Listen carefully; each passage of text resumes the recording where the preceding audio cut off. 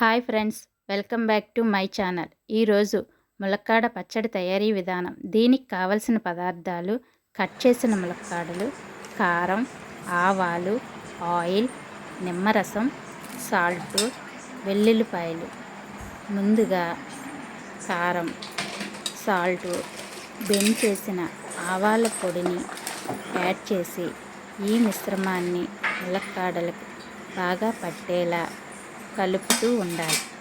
తరువాత మనం సిద్ధం చేసుకున్న నిమ్మరసం వేసుకుని ములక్కాడలకి బాగా ఈ మిశ్రమాన్ని పట్టేలా కలుపుతూ చివరిగా వెల్లుల్లి వేసుకుని ఈ మిశ్రమాన్ని అంతటిని బాగా కలుపుకోవాలి. తరువాత ఆయిల్ వేసుకుని ఈ మిశ్రమానికి అంతా కలుపుకున్న తర్వాత తడిలేని ఒక ప్లాస్టిక్ జార్ని తీసుకుని డబ్బాలో వేసుకుని ఒక రోజంతా ఊరబెట్టాలి. తరువాత మరుసటి రోజు ముక్క ఊరి చాలా రుచిగా ఉంటుంది. దీన్ని వేడివేడి అన్నంలో తింటే చాలా బాగుంటుంది.